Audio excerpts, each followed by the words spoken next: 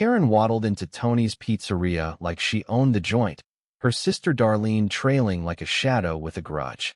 The air reeked of entitlement, sharper than the marinara simmering in the back.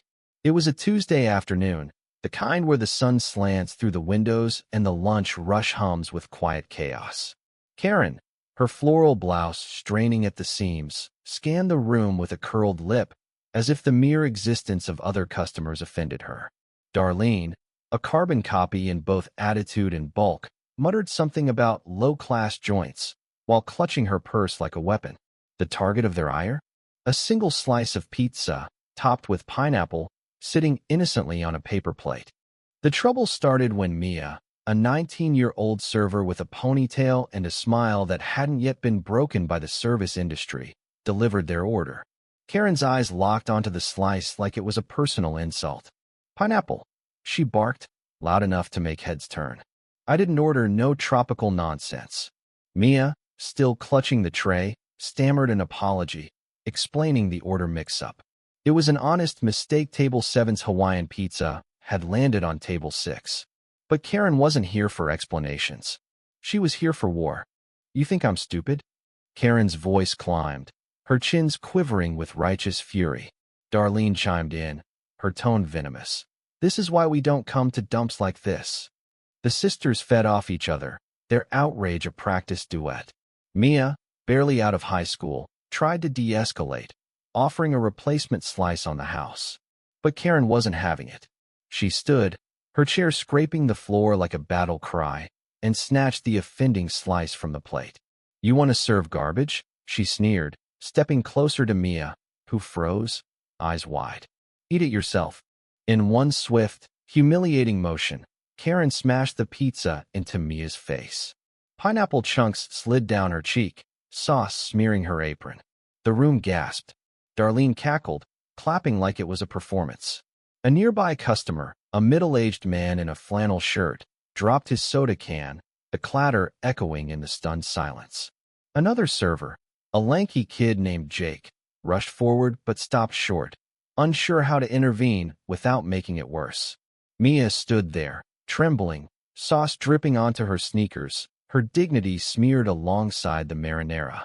The pizzeria, once buzzing with chatter, was now a stage for Karen's spectacle.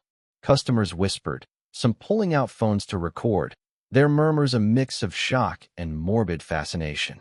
Karen, basking in her moment, didn't notice the shift in the air the way the room's energy turned from stunned to hostile.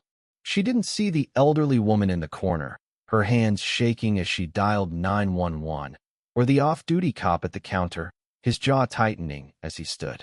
Darlene, still giggling, egged her sister on. "Show 'em, Karen. They can't treat us like this." But Mia wasn't just a server. She was the daughter of a single mom, working double shifts to pay for community college. She'd dealt with rude customers before, but this was assault, plain and simple. Her shock gave way to a quiet, burning resolve. Wiping the sauce from her eyes, she locked gazes with Karen. "You're done," she said, her voice low but steady. It wasn't a threat, it was a fact. Karen scoffed, tossing her hair like a reality TV villain. "Done? Honey, you're the one who's done. I'll have your job by tonight." Darlene nodded, already typing a scathing Yelp review on her phone. But the room wasn't on their side. The man in flannel stood up, his voice booming. "Lady, you just assaulted a kid over a slice of pizza. Sit down before you make this worse." Karen spun on him, ready to unleash another tirade. But the off-duty cop stepped forward, badge already in hand. "Ma'am," he said, his tone clipped, "you're not going anywhere." The sister's bravado faltered. Karen's face reddened, her mouth opening and closing like a fish out of water. Darlene's phone slipped from her hands, clattering onto the table. The cop, whose name tag read Officer Ruiz, didn't raise his voice. He didn't need to. "You just committed assault in front of a dozen witnesses," he said, gesturing to the crowd, some still filming. "And I'm guessing you don't want to add resisting arrest to the list." Karen tried to pivot, her voice suddenly syrupy. "Officer, it was just a misunderstanding. She provoked me." But the crowd wasn't buying it. The elderly woman who'd called 911 spoke up, her voice trembling but firm. "I saw everything. That poor girl didn't do nothing wrong." Jake, the other server, nodded, his phone already out with the store's security footage queued up.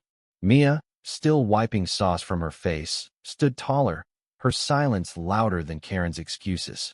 The police arrived within minutes, their sirens cutting through the tension like a knife. Karen and Darlene's defiance crumbled as handcuffs clicked around their wrists. Karen's protests grew shrill, "Do you know who I am?" But the officers were unmoved. Darlene, for once, had nothing to say, her earlier swagger replaced by a sullen scowl. As they were let out, the crowd erupted in scattered applause, a few cheers mixing with murmurs of relief. Mia, still shaken, was pulled into a hug by the elderly woman, who whispered, "You're stronger than they'll ever be." The aftermath was swift. Tony, the pizzeria's owner, comped Mia's shift and gave her the rest of the week off, paid. The security footage went viral on X, with hashtags like Pizza Karen and Justice for Mia trending by evening. The video showed everything: Karen's smug grin, the pizza hitting Mia's face, and the sisters' stunned faces as they were cuffed. Comments poured in, some calling for boycotts of anyone who'd defend the sisters, others praising Mia's composure. One user wrote, "This is what happens when entitlement meets consequences." Karen and Darlene faced charges of assault and disorderly conduct. Their names became synonymous with public shaming, their faces plastered across local news. Karen's employer, a small insurance firm, quietly let her go after the backlash.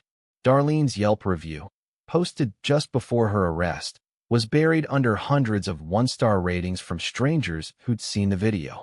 The sisters' social circle shrank overnight, their former friends distancing themselves from the toxic duo. Mia, meanwhile, became an unexpected hero.